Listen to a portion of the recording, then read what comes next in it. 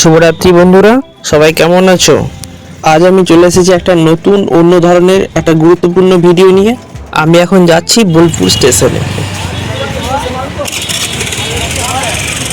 Arriving shortly on platform number 1, Howrah Gaya Express at number। আমি বোলপুর স্টেশনে পৌঁছে গেছি। এখন ঘড়িতে বাজে রাত্রি 11টা। আজকের ভিডিওটা অনেকের কাছে গুরুত্বপূর্ণ হতে চলেছে।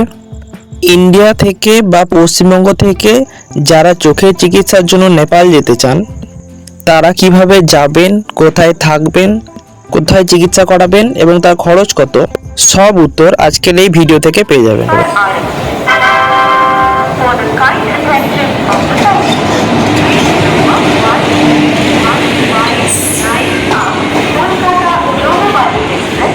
এখন বাজে রাত্রি 12:30। আমাদের ট্রেন কলকাতা যোগবাণী এক্সপ্রেস এসে পৌঁছালো। ভাড়াটা একটু জানিয়ে রাখি, বোলপুর থেকে যোগবাণী স্লিপার ক্লাসে 266 টাকা ভাড়া পড়েছিল। ট্রেনে উঠে ঘুমিয়ে গিয়েছিলাম। এখন বাজে ভোর 5টা। ট্রেন এসে মালদা টাউন পৌঁছালো।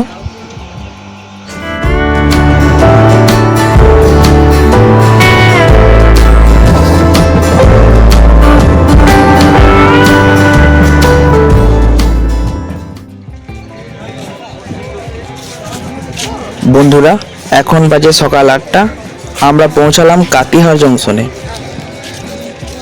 কাতিহার জংশনটা বিহারে পড়ছে। ট্রেন এখানে আধ ঘন্টার মতো দাঁড়াবে, ইঞ্জিন চেঞ্জ হবে, তারপর আবার যাবে।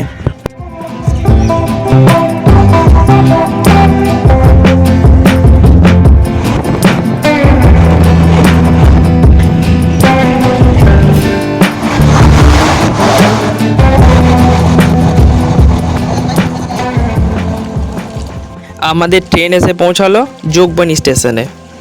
আপনাদের জানিয়ে রাখি, যোগবাণী হচ্ছে ভারতের প্রান্তিক বা শেষ স্টেশন।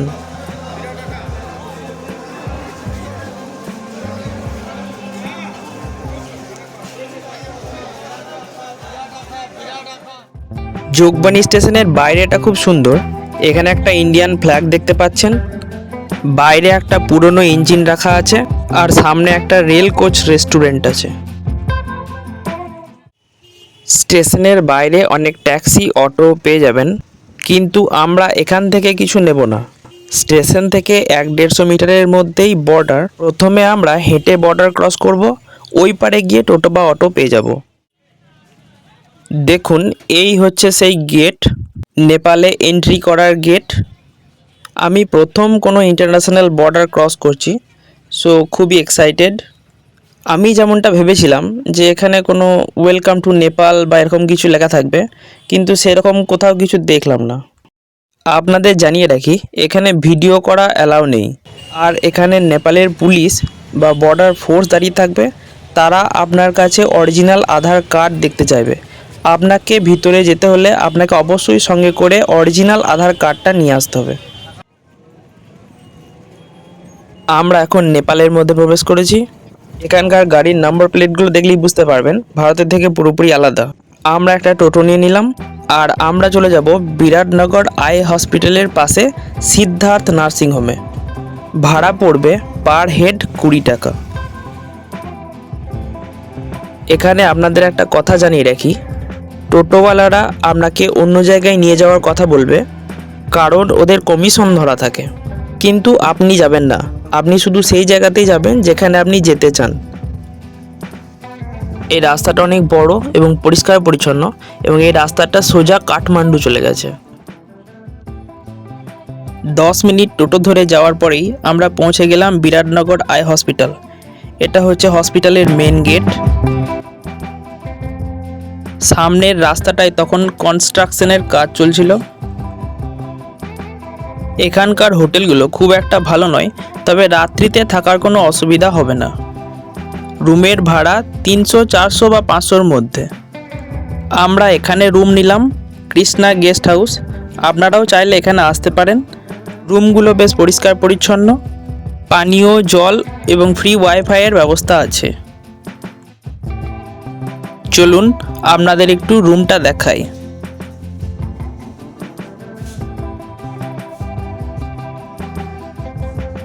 এইটা হচ্ছে আমাদের রুম। এখানে ডাবল বেড, ফ্যান, একটা বড় টেবিল পেয়ে যাবেন সামনে, চেয়ার, দুটো হুক আছে, পানীয় জল 24 ঘন্টায় পেয়ে যাবেন। আর আমাদের যেহেতু ভারতের সিম, তাই ওয়াইফাইটা খুব দরকার ফোন বা অন্য কিছু করার জন্য। এটা হচ্ছে বাথরুম, নিট অ্যান্ড ক্লিন আছে, অসুবিধা নেই, পরিষ্কার পরিচ্ছন্ন।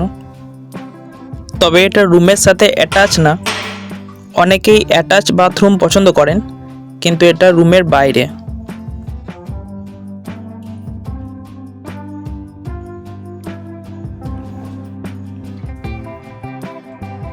আমাদের রুমের ঠিক উল্টো দিকেই হসপিটালটা। আপনাদের একটু রুম থেকে হসপিটালের ভিউটা দেখাই। এটা হলো হসপিটালের মেন গেট, এদিকে পার্কিং এরিয়া। আপনারা সোজা ভিতরে চলে আসুন। বিরাটনগর আই হসপিটালের ভিতরটা কিন্তু খুব পরিষ্কার পরিচ্ছন্ন। হসপিটালের ভিতরে চারিদিকে প্রচুর গাছ দেখতে পাবেন, অনেক বড় এরিয়া। আর এখন আমার সামনে যেটা দেখছেন এটাই হচ্ছে সেই বিরাটনগর আই হসপিটাল। আপনারা হয়তো অনেকেই আগে এই হসপিটালের ছবি দেখে থাকবেন। এখানে অনেকেই অপেক্ষা করছেন হসপিটালে চিকিৎসা করাবার জন্য। প্রথমেই আপনাকে লাইন দিয়ে একটা টোকেন বা টিকিট কেটে নিতে হবে। টিকিটের দাম মাত্র 30 টাকা। তারপর ওখানেই আপনাকে বলে দেবে আপনাকে কোন রুমে যেতে হবে। এখানে অনেকেই অপেক্ষা করছেন।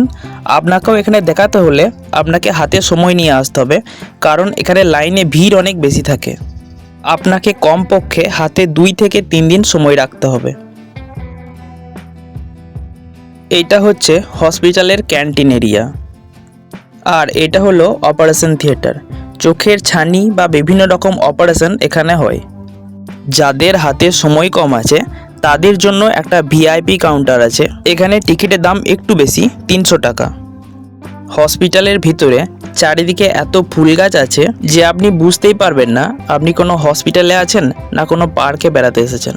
হসপিটালের ভিতরটা এতটা সুন্দর ও পরিষ্কার পরিচ্ছন্ন রাখার জন্য এখানকার কর্তৃপক্ষকে ধন্যবাদ জানাতেই হবে।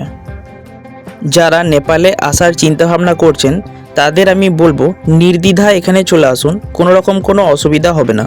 এখানে ডাক্তারদের ব্যবহার খুবই ভালো। খরচের মধ্যে জানিয়ে রাখি, যদি অপারেশন হয় তাহলে শুধু লেন্সের খরচাটা লাগবে, বাকি সব কিছু ফ্রি।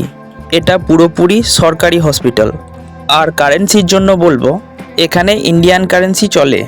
হসপিটালের ভিতরে 500 ও 200 টাকার নোট বাদে 100, 50 ও 20 টাকার নোট চলবে। আর হসপিটালের বাইরে 200 টাকা, 500 টাকা সব নোটই চলবে।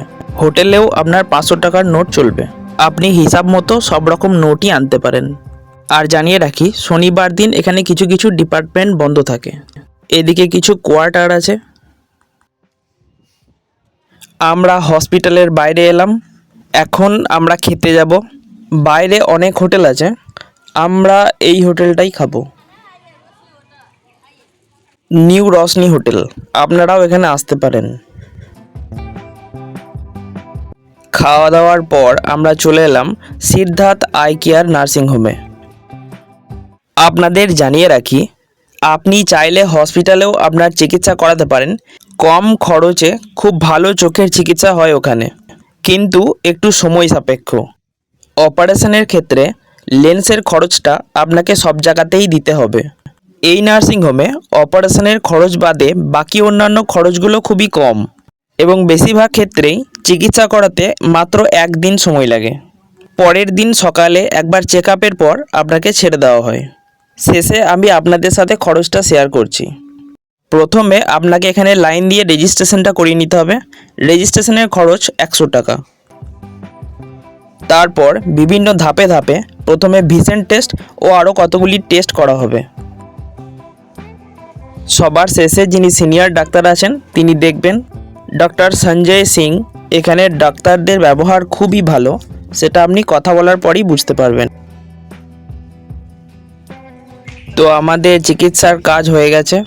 এখানে দেখুন বিভিন্ন রকম লেন্স এবং তার দামগুলো লেখা রয়েছে। লেন্স বাদে বাকি সমস্ত খরচ ধরে আমাদের খরচ পড়েছে মাত্র 1200 টাকার মতো। তো আমি মোটামুটি যতটা সম্ভব আপনাদের ইনফরমেশন দেওয়ার চেষ্টা করলাম। আপনাদের আরও যদি কোনো প্রশ্ন থাকে তাহলে আমাকে অবশ্যই কমেন্ট বক্সে জিজ্ঞাসা করতে পারেন, আমি রিপ্লাই দেব। আজকের ব্লগটা এখানেই শেষ করছি। আসার সময়েই আমরা রিটার্ন টিকিট কেটে নিয়েছিলাম। আমাদের ট্রেন যেহেতু একদিন পর ছিল, অর্থাৎ মাঝে একটা দিন সময় পেয়ে গেছিলাম, তাই মাঝের দিনটা আমরা নেপালের মার্কেটটা ঘুরেছি। পরের ব্লগে আপনাদের নেপালের মার্কেটটা দেখাবো। আর এই ভিডিওটা সবার সাথে শেয়ার করবেন, যাতে যারা নেপালে আসতে চাইছেন তাদের সুবিধা হয়। ভিডিওটা ভালো লাগলে অবশ্যই একটা লাইক করবেন, এবং যারা চ্যানেলে নতুন এসেছেন তারা সাবস্ক্রাইব করে নোটিফিকেশান বেলটা অন করে রাখুন, যাতে এরকম ভিডিওগুলি মিস না হয়। দেখা হবে পরের ভিডিওতে, ততক্ষণের জন্য টাটা।